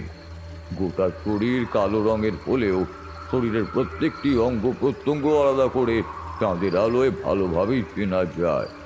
কিন্তু তার মুখ বলতে তার কিছুই নেই, শুধু সেই শ্যাওলা লতা গুল্ম ভর্তি মুখ। তার মাঝখান থেকে দুটো মণিহীন সাদা ফ্যাকাশে চোখের মতো যেন বেরিয়ে আসছে। তার মাথা থেকে বেরিয়ে আসা লম্বা চুলের মতো লতাগুলো ছুটে আসে জীবনানন্দের দিকে। তার পা দুটো আঁকড়ে ধরতে চায়, কিন্তু জীবনানন্দ কোনো সাধারণ সাধক নয়, তার ক্ষমতা অনেক। তার সেই ক্ষমতার জন্য সেই প্রেতনি তাকে স্পর্শ করতে পারে না। তাকে ছুতে না পারায় সেই প্রেতনি বলে ওঠে, তোকে আমি নিয়ে যাবই। কেন পারছি না? হ্যাঁ, কেন তোকে ধরতে পারছি না? তোর মতো এক সাধারণ অশুভ শক্তি আমাকে স্পর্শ করার ক্ষমতা নেই। কে তুই? এখানে কেন আছিস বল। বলবো না। তোর আগে থেকে আমি এইখানে আছি, অনেক আগে থেকে আমি এইখানে অবস্থান করছি। তুই চলে যা এখান থেকে।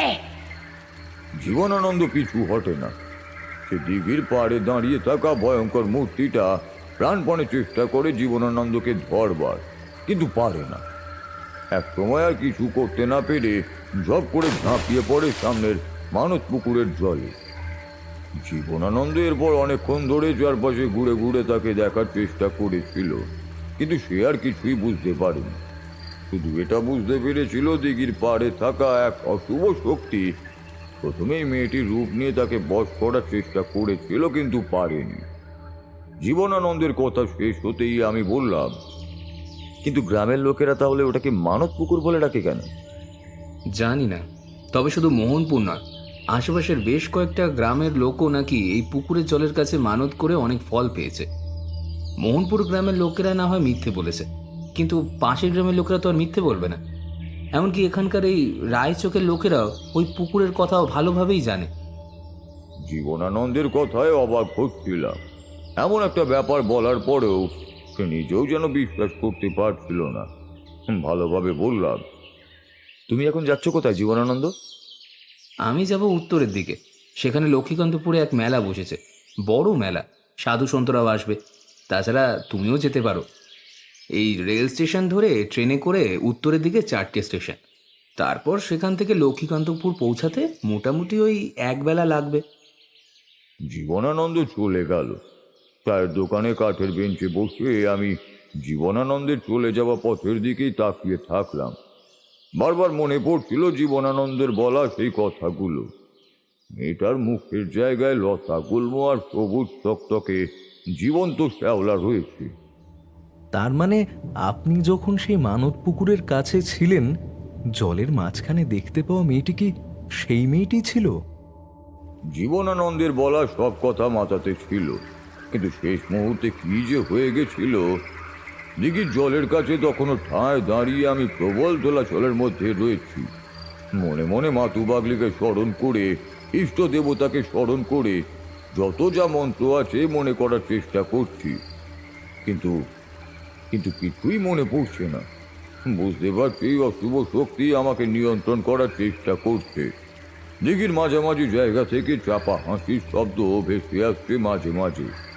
জলের মধ্যে সেই উত্তাল অবস্থা তখনও চলছে। এবার একটা নয়, একসাথে যেন বেশ কয়েকটা মৃতদেহ জলের ওপরে ভেসে উঠেছে বলেই মনে হলো। তাদের পচা দুর্গন্ধে আমার নাক বন্ধ হয়ে যাওয়ার জোগাড়। আর কিছুই ভাবতে পারছি না। মাথার ভিতর ঝিমঝিম করছে, বমি আসছে। এমন সময় কানের কাছে শুনতে পেলাম সেই মেয়েটির গলা। তোমায় আগেই বলেছিলাম চলে যাও এখান থেকে। আমার কথা শুনলে না তুমি। এখন এখন কি হবে? আমি আমি এই কথাগুলো যেন মাথার ভিতরেই শুনতে পাচ্ছিলাম, তাই মুখ না খুলে আস্তে আস্তে মনে মনেই বললাম, কে তুমি? তুমি যদি আমার ক্ষতি করার চেষ্টা না করে থাকো, তাহলে আমার ক্ষতির চেষ্টা করছেটা কে? আমি তোমার ক্ষতি করব কেন? ও তো নিজেই আমার ক্ষতি করেছে। রাতের বেলা এই দিঘির পাড়ে এসেছিলাম নিজের জীবন দিতে, কিন্তু এমন ভাবে যে ওর হাতে মরে এখানে আটকে পড়ে থাকতে হবে সে কথা কে জানতো? আমায় তুমি উদ্ধার করো। মনে মনে হাসলাম। চরম বিপদের মাঝে থাকা কত মানুষকে উদ্ধার করেছি, কিন্তু এখন আমি যে বিপদের মধ্যে রয়েছি সেই বিপদ থেকে আমায় বাঁচাবে কে? সেই হাসির শব্দটা ক্রমশই বাড়ছে, জলের সেই দুর্গন্ধও বাড়ছে। আর তার সঙ্গে সঙ্গে এও বুঝতে পারছি যে ক্রমশ একটা শক্তি আমায় টানতে টানতে জলের দিকে নিয়ে যাচ্ছে। কানের কাছে মেয়েটা বলল, ওই হাসির শব্দ তুমি যতবার শুনবে ততবার তোমার সামনের দিকে এগিয়ে যেতে হবে। তুমি পারবে না। ওই হাসির শব্দটা শোনো না তুমি। মেয়েটার কথায় যেন বিদ্যুৎ চমকের মতো কাজ হলো। সঙ্গে সঙ্গে হাসির শব্দটা শুনবো না বলে দু হাতে কান চাপা দিয়ে একটা ঝাঁকুনি দিলাম গোটা শরীরটাকে। সঙ্গে সঙ্গে যেন কি একটা হয়ে গেল। আমি ছিটকে পড়লাম দিঘির জলের মধ্যে। ঝুপ করে পড়ার জন্য নাকে মুখে জল এসে ঢুকলো, কিন্তু সেই আগের ঘোরটা কেটে গেছে। জল থেকে উঠে দাঁড়াতে যাব এমন সময় যে ব্যাপারটা অনুভব করতে পারলাম, তাতে আমার গোটা শরীর যেন ভয় বরফের মতো জমে গেল। জলের তলা থেকে উঠে এসেছে কতগুলো হাত, আর সেই হাতগুলো আমায় জাপটে ধরেছে। তারা আস্তে আস্তে আমায় জলের নিচে নিয়ে যাওয়ার চেষ্টা করছে। নিচে নেওয়ার প্রয়োজন নেই, জলের মধ্যে বেশ কিছুক্ষণ আমায় এভাবে আটকে রাখতে পারলেই আমার ভবলীলা সাঙ্গ হয়ে যাবে। কারণ নাকে মুখে জল ঢুকে এমনিতেই আমার অবস্থা তখন ততই বছর। মনে হলো অনেক দূর থেকে সেই মেয়েটি আমায় কিছু বলার চেষ্টা করছে, কিন্তু আমি সে কথা বুঝতে পারছি না। আমি আর কিশোরী রুদ্ধশ্বাসে অপেক্ষা করছিলাম। এই এমন একটা কথা যে শুনবো তা আমরা ভাবতে পারিনি। তারানাথের এমন অবস্থা খুব কমই হয়েছে। এমন কি শক্তি ছিল সেই দিঘিতে যার জন্য এত কিছু হলো?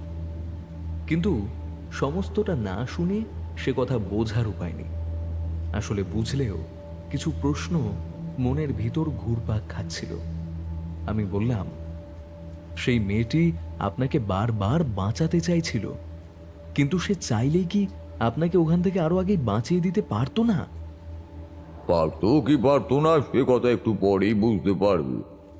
জলের মধ্যে পড়ার পর আমার মনে হলো এখানেই শেষ, আর উঠতে পারবো না। সে হাতগুলো এমনভাবে শক্ত করে আমায় জাপটে ধরছিল, আর তার মধ্যে জলের তলায় কোনো ক্রমে একবার চোখ খুলতেই আমার মুখের সামনে ভেসে উঠলো একটা মরার মুখ। মরে পচে ফুলের ঢোল হয়ে গেছিল মৃতদেহটা। তার দুটো চোখ স্বাভাবিকের চেয়ে বড়, মুখটা ফুলে দ্বিগুণ হয়ে গেছে। সেই মুখটা আমার মুখের একদম সামনে এসে পড়েছে কিভাবে যেন। চিৎকার করতে পারলাম না, কি করেই বা চিৎকার করব। জলের তলায় তখন কোনো রকমে আমি ওপরে ওঠার চেষ্টা করতে চাইছি, আর বারবার সেই হাতগুলো আমায় টেনে নিচে নামিয়ে নিয়ে যাচ্ছে। ক্রমে ক্রমেই দম ফুরিয়ে আসছিল। শ্বাস নিতে যে কষ্ট হচ্ছে এটা এবার বেশ বুঝতে পারছি। বুকের ভিতর থাকা শেষ বাতাসটুকু সেই জলের মধ্যে বুদবুদের মতো বাইরে বেরিয়ে এলো। তখন চোখের সামনে যেন অন্ধকার দেখতে লাগলাম। বাড়ির কথা মনে পড়ছিল, মায়ের কথা মনে পড়ছিল, ছোটবেলার কথা, কৈখালির মাঠের কথা, এমন আরো অনেক কিছু যা এক সময় আমি হারিয়ে এসেছি। এভাবে চলতে চলতে হঠাৎ করে এক সময় একটা কথা মনে পড়ে গেল। চরম বিপদের সময় আমায় রক্ষা করেছে মাত্র একজনই। মাসু পাগলিকে এতক্ষণ ধরে স্মরণ করে চললেও তাকে স্মরণ করা হয়নি। সেই আমাদের গ্রামের বর্ষার রাতে মাছ ধরতে গিয়ে সেই শব্দের হাতে আর একটু হলেই প্রাণ হারাতে বসে যাকে স্মরণ করেছিলাম তাকে স্মরণ করতে লাগলাম এখন। চোখ বন্ধ হয়ে আসার একটু আগেই মনে মনে তাকে স্মরণ করে বুকের ভিতরে শেষ নিঃশ্বাসটুকু যেই বাইরে বের করছি, এমন সময় মাথাটা ঘুরে উঠল। সঙ্গে সঙ্গে মনে হলো জলের তলা থেকেও যেন আমি শুনতে পাচ্ছি একটা চেনা শব্দ। কতগুলো শুয়োর যেন দিঘির পাড় থেকে ঝটপট করে সে জলে নামলো। এতক্ষণ ধরে যে হাতগুলো আমায় টেনে নিচের দিকে নামা ছিল সেগুলো হঠাৎ করেই হালকা হয়ে যেতে লাগলো, আর আমি ভাসতে ভাসতে উঠে এলাম ওপরের দিকে। ততক্ষণে জলের মধ্যে বরাহ সেনা প্রবল তাণ্ডব শুরু করেছে। দেখি ঠিক মাঝখানে যে ছিল সে প্রবলভাবে গোটা জল কাঁপিয়ে যেন আমার দিকে ছুটে আসতে লাগলো। আমার চারপাশে তখন সেই শুয়োরের দল জলের মধ্যে দাপাদাপি শুরু করেছে। আর একটু দূরে দিঘির পাড়ের কাছে একজন অন্ধকারের মধ্যে চুপ করে দাঁড়িয়ে আছে। আমার মাথা ঝিমঝিম করছিল। একই এতক্ষণের মানসিক কষ্ট, আর তার উপর জলের তলায় দম বন্ধ হয়ে আসা, এই সব কিছু মিলিয়ে আমি আর তাকিয়ে থাকতে পারছিলাম না। দিঘির পাড়ের দিকে এগিয়ে গিয়ে কোনো মতে মাটির উপর ঢপ করে পড়ে গেলাম। আমার থেকে তখনও সেই ছায়ামূর্তি বেশ খানিকটা দূরে। তাকে দেখেই সেই শুয়োরগুলো জলের ভিতর অদ্ভুত কোনো উপায় লাফাতে লাফাতে এগিয়ে চলেছে সামনের দিকে। আর সেই বিভৎস মূর্তি শুয়োরগুলোকে লক্ষ্য করে এগিয়ে আসার সঙ্গে সঙ্গে এক প্রচণ্ড বিস্ফোরণের মতো শব্দ হলো, আর তার সঙ্গে সঙ্গে দিঘির জল ছিটকে উঠলো অনেক উপর পর্যন্ত। একটা অদ্ভুত গলায় বিভৎস চিৎকারের সঙ্গে সঙ্গে আমার আর বুঝতে বাকি রইল না, যাকে আমি দেখেছি তার ক্ষমতার কাছে ওই অশুভ শক্তির ক্ষমতা কিছুই নয়। জ্ঞান হারাবার আগের মুহূর্তে কানের কাছে শুনতে পেলাম সেই মেয়েটির গলা। আমি জানতাম তুমি পারবে। আমি জানতাম তুমি সব কিছু করতে পারবে। এখন এখন ঘুমিয়ে পড়ো। এখন আর জাগতে হবে না। ঘুমাও বলছি, ঘুমাও। মনে হলো এক নারীর কোমল হাতের স্পর্শ আমার কপালের ওপর হাত বোলাতে লাগলো। গোটা শরীর তখন জ্বরে পুড়ে যাচ্ছে, ঠকঠক করে কাঁপছি। তার মধ্যেই সেই কোমল স্পর্শ যেন ম্যাজিকের মতো কাজ করলো। মনে হলো ছোটবেলায় ফিরে এসেছি। মাথার ওপরে মা হাত বুলিয়ে দিচ্ছে। তার সঙ্গে ঘুম পাড়ানি গান করে চলেছে। কখন যে চোখ বন্ধ হয়ে ঘুমিয়ে পড়লাম তা মনে নেই। পরদিন সকালে যখন ঘুম ভাঙলো, দেখি আমি দিঘির একদম পাড়ে শুয়ে আছি।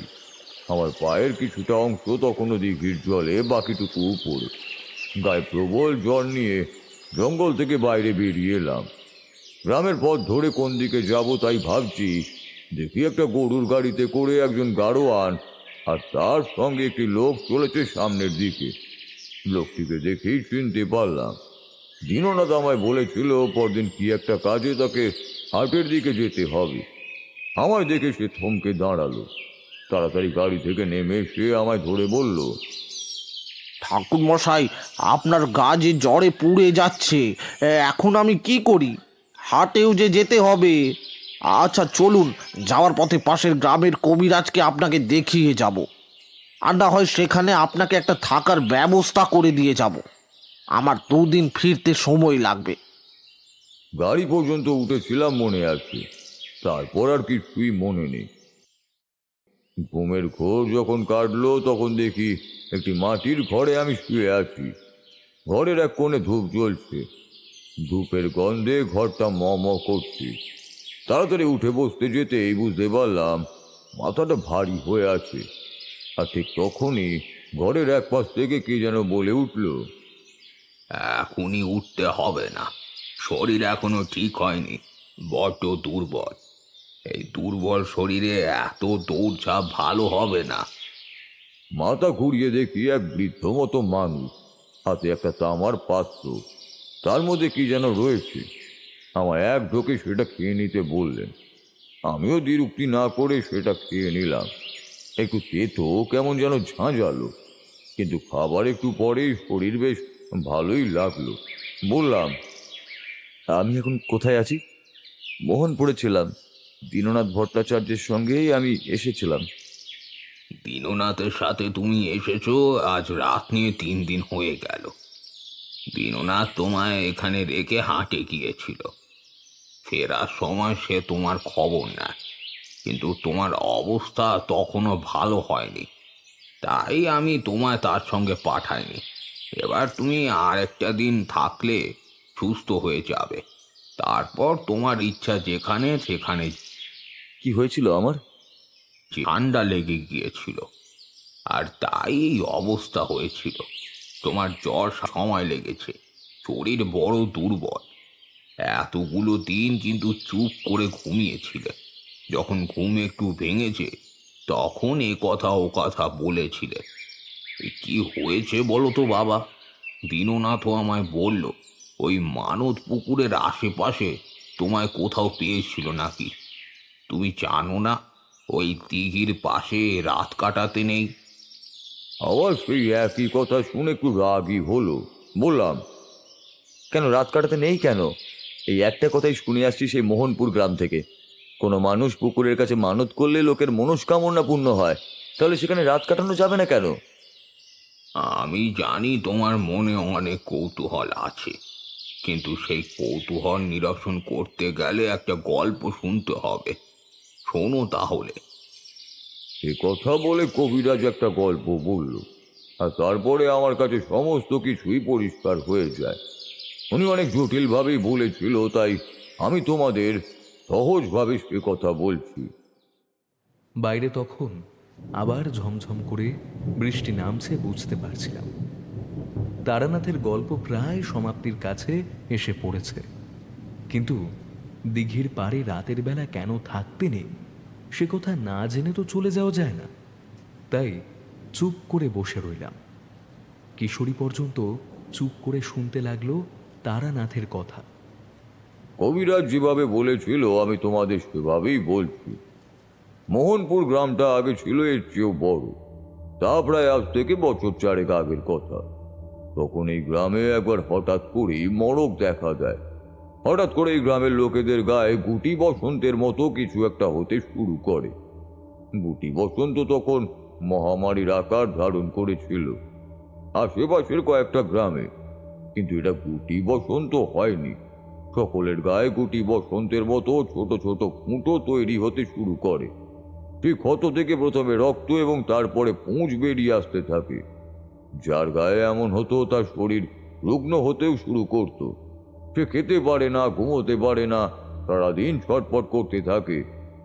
দেখতে দেখতে সেই রোগ ছড়িয়ে পড়ল গোটা গ্রামের মধ্যে। গ্রামের লোকেরা যারা তখনও সুস্থ ছিল তারা একটা অদ্ভুত ব্যাপার আবিষ্কার করলো। যাদের এমন অদ্ভুত রোগ হয়েছে তাদের মধ্যে অনেকেই কিন্তু ওই গ্রামের শেষে যে দিঘিটা আছে সেই দিঘির জলেই স্নান করত। গ্রামের অন্যদিকে যারা থাকতো তারা সেই দিঘিতে যেত না। যারা যেত না তাদের এই রোগ হয়নি। বলতে গেলে গ্রামের একাংশের ওই রোগ হলেও বেশিরভাগই ভালো ছিল। তারা চেষ্টা করলো কিভাবে বিপদ থেকে উদ্ধার পাওয়া যায়। তখন একজন তান্ত্রিক এসে তাদের বিধান দিলেন, ওই দিঘির জলের সমস্যা হয়েছে, ওই দিঘি আবার নতুন করে পুজো করে নতুন জল দিতে হবে, আর আগের দিঘির সমস্ত জল তুলে ফেলতে হবে ওখান থেকে।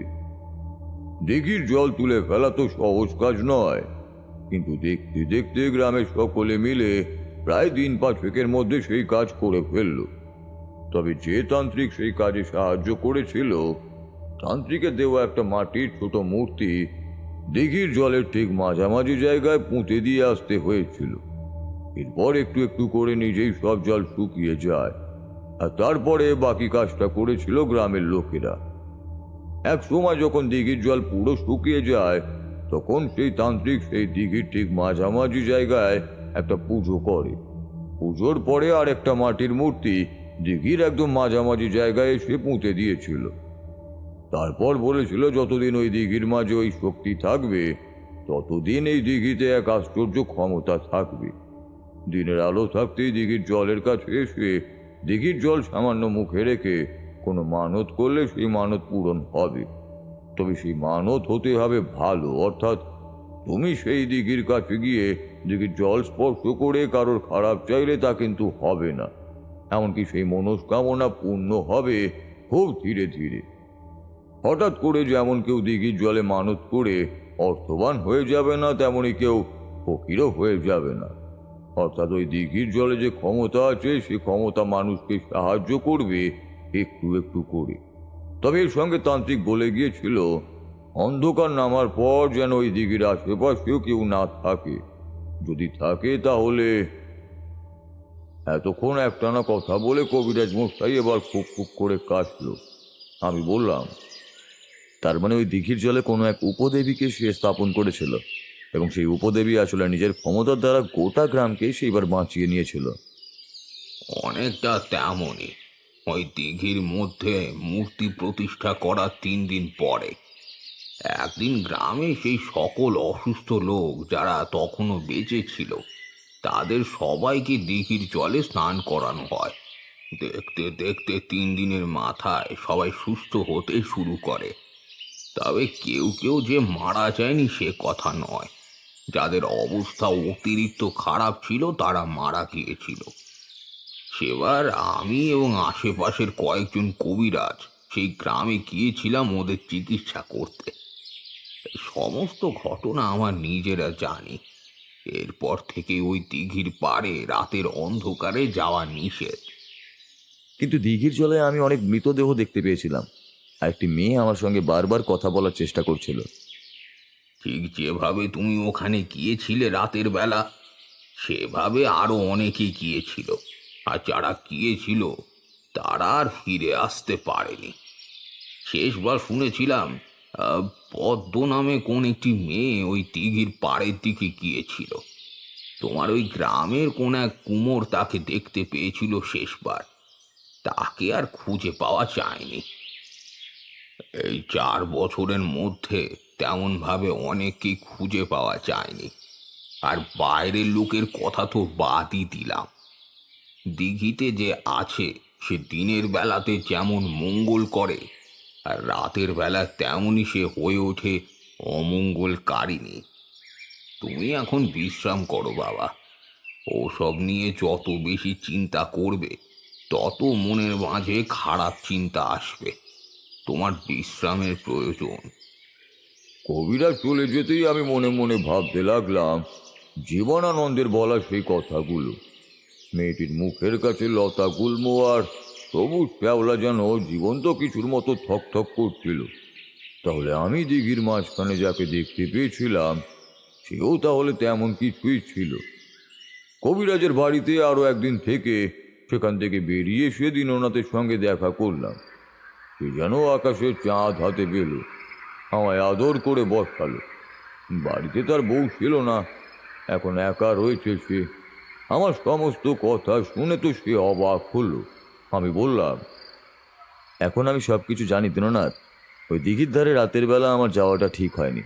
তোমার কথা অমান্য করা উচিত ছিল না।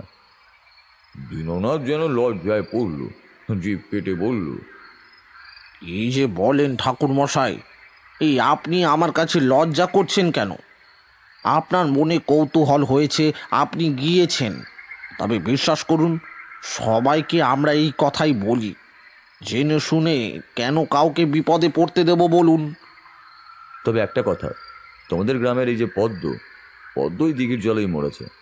পদ্মর আত্মা আমার সঙ্গে কথা বলতে চেয়েছিল, কিন্তু আমি তার সঙ্গে বেশি কথা বলতে পারিনি। আমার মনে হয় দিনের বেলাতে হলেও ওই দিঘির জলে একবার জাল ফেলা প্রয়োজন। দিঘির জলের তলায় অনেক মৃতদেহই রয়েছে, যেগুলো তুলে এনে সৎকার করে তাদের মুক্তি দেওয়া দরকার। এই কথায় দীননাথের মুখটা কেমন যেন হয়ে গেল। তারপর সে আস্তে আস্তে বলল, কবিরাজ মশাই আপনাকে সব কথা বললেও একটা কথা কিন্তু বলেনি। সেই তান্ত্রিকের একটা মাত্র শর্ত ছিল, রাতের বেলা ওই দিঘির পাড়ে আমরা যাব না, নিজেদের ভালোর জন্য। কিন্তু ওই দিঘির জলে দিনের বেলা আমরা নামতে পারবো, মাছ ধরতে পারবো না, অন্য সব কিছু করতে পারবো, কিন্তু ওই দিঘির জলের তলা থেকে কোনো কিছু তুলে আনতে পারবো না। এমনকি ওই দিঘি থেকে একটা শ্যাওলা কিংবা গাছের পাতা পর্যন্ত আমরা তুলে আনতে পারবো না। আপনি বোধহয় ভালো করে দেখেননি, ওই দিঘির জলে শ্যাওলা জমেছে, লতা গুল্ম আর ছোট ছোট গাছের বংশ বিস্তার করেছে, অথচ সেসব আমরা ওখান থেকে তুলতে পারবো না। একটু আগেই দেখতে পাওয়া দীননাথের হাসি মুখটা হঠাৎ করে কেমন যেন বদলে গিয়েছে বলেই মনে হলো। আমি কিছুক্ষণ চুপ করে রইলাম, তারপর বললাম, তাহলে ওই পদ্ম আর বাকিদের এমনভাবে জলের তলায় থেকে থেকে পৌঁছতে হবে, তাদের কখনো মুক্তি হবে না। হবে। 11 বছর পর সেই তান্ত্রিক আবার ফিরে আসবে বলেছিল। সেই তান্ত্রিক যখন ফিরে আসবে, তখন সে নিজের ক্ষমতা দিয়ে এই দিঘি থেকে সেই শক্তিকে আবার মুক্ত করবে।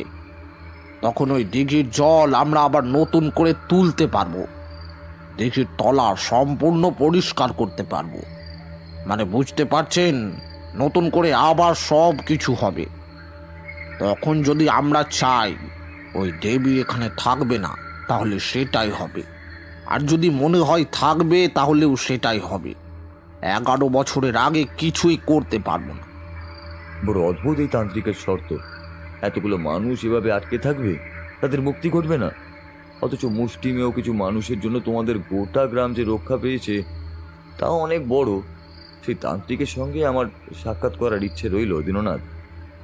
5 বছর তো হতেই চললো ঠাকুর মশাই, আর 6 বছর পরে সেই তান্ত্রিক ঠিক আসবে। যদি না সে মারা গিয়ে থাকে, তাহলে সে নিশ্চয়ই আসবে। বেশ কিছুদিন তারপর তো সেই গ্রামেই রইলাম। সেই গ্রামের দিঘির পাড়ে এখানে ওখানে ঘুরে দেখলাম। মাঝে মাঝে দিনের বেলা এই গ্রাম ও গ্রাম থেকে লোকেরা সেখানে আসে। মিথ্যে বলবো না, অনেকেই মানত করতে আসে, অনেকের মানত বোধহয় পূরণও হতো। কিন্তু রাতের বেলা সেই দিঘির পাড়ে আমি কাউকে কখনো যেতে দেখিনি। সেখান থেকে চলেই আসতাম যদি না এর মাঝে আরো একটা অদ্ভুত ব্যাপার ঘটত। সেখান থেকে চলে আসাটা আমাকে আরো কয়েকদিন পিছিয়ে দিল। আমি সেখানে দীননাথের বাড়িতেই ছিলাম। একদিন সকালে দীননাথের সঙ্গে গ্রামের পথে বেরিয়েছি। এমন সময় একটা গন্ডগোল শুনে সেখানে এগিয়ে গিয়ে দেখি কয়েকজন কথা বলছে। কথায় কথায় জানতে পারলাম গ্রাম থেকে এক যুবক নিরুদ্দেশ হয়েছে। সে নাকি 2 দিন আগে গ্রামে এসেছিল। কাল সন্ধেবেলা সে কি একটা কারণে ঘর থেকে বেরোয়, তারপরে আর ফিরে আসেনি। দীননাথ আর আমি সে কথা শুনে মুখ চাওয়াচাবি করলাম। দীননাথ বলল, বেশ বুঝতে পারছি, ও নিশ্চয় মানত পুকুরের দিকে গেছে। এক্ষুনি চলুন ঠাকুর মশাই। গ্রামের লোককে নিয়ে আমরা গিয়ে পৌঁছালাম মানস পুকুরের পাড়ে।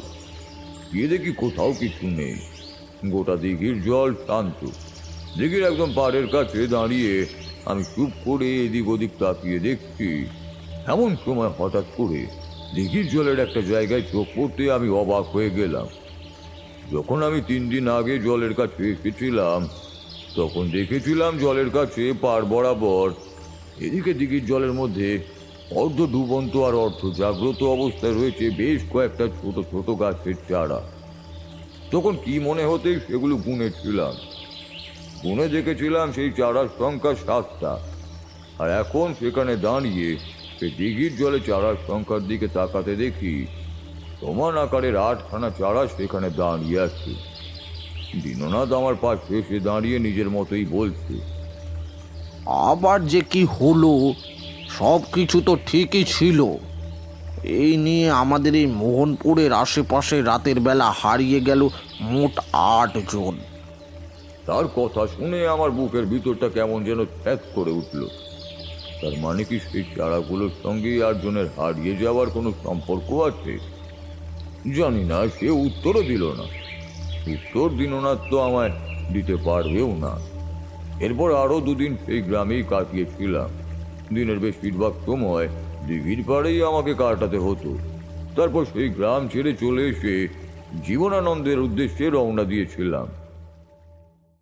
তারানাথের গল্প শেষ হয়েছিল। আমি আর কিশোরী উঠে পড়লাম। বৃষ্টিও কমে এসেছিল। উঠতে উঠতে কিশোরী বলল, তার মানে পদ্ম বলে সেই মেয়েটি আর বাকি সেই 7 জন যারা ওখানে মারা গেছিল, তাদের আত্মা ওইখানেই আটকে রইল, তাদের আর মুক্তি হলো না? সেক্ষেত্রে আমার তো কিছুই করার নেই। একটা গোটা গ্রামের এতগুলো লোকের বিশ্বাসকে আমি টলাতে পারি না। তাছাড়া যারা মারা গেছে তারা তো মারাই গেছে। তাদের মুক্তির জন্য কিছু করতে গিয়ে গোটা গ্রামে যদি কোনো বিপদ নেমে আসে তখন। তবে মনে মনে স্থির করেছিলাম 6 বছর পর সেই তান্ত্রিক যখন মোহনপুর গ্রামে আসবে তখন আমিও সেখানে যাব। সে তান্ত্রিকের সঙ্গে সাক্ষাৎ করে ওই দেবীর কথা জিজ্ঞাসা করব। উপদেবী হোক আর যাই হোক, তার ক্ষমতা কিন্তু অনেক। ওই দিঘির পাড়ে যাওয়ায় আমার রাতের বেলা সে নিশ্চিহ্ন করতে চেয়েছিল। দিঘির পাড়ে যখন আপনি গিয়েছিলেন সেই দিঘির জল ছুঁয়ে কোনো মানত করেছিলেন? এই কথা শুনে তারানাথ অদ্ভুতভাবে হেসে উঠল। না করার ভঙ্গিতে মাথা নাড়িয়ে সে বলল, আমি আর কি মানত করবো বলো তো? আমার চাওয়ার মতো কি বা থাকতে পারে? কথাটা বলে তারানাথ একটি দীর্ঘশ্বাস ছেড়ে নিজের মনেই বলে উঠল, মোহনপুর বা অন্য কোনো গ্রামের আর কেউ যেন রাতের বেলা ওই দিঘির পাড়ে না যায়। এছাড়া কি আর কিছু মানত চাওয়া যায় বলো তো? আমি আর কিশোরী বেরিয়ে এলাম। পথে নেমে কিশোরী কিছুটা উসখুস করছে দেখে বললাম, কি হলো? সবই হলো, কিন্তু একটা কথা জানা গেল না। মোহনপুর গ্রামের সেই দিঘির মধ্যে যে দেবীকে তান্ত্রিক প্রতিষ্ঠা করে রেখেছিল, সেই দেবী আসলে কে ছিলেন? ঠাকুরমশাই তো সে কথা আমাদের বললেনই না। আমি একটু হাসলাম, তারপর বললাম, নিজেই হয়তো সে কথা জানেন না, আমাদের বলবেন কি করে বলো তো? ঠিক তখনই বৃষ্টিটা আবার নামতে শুরু করলো। আমরা দৌড়ে চলে গেলাম ট্রাম রাস্তার উদ্দেশ্যে।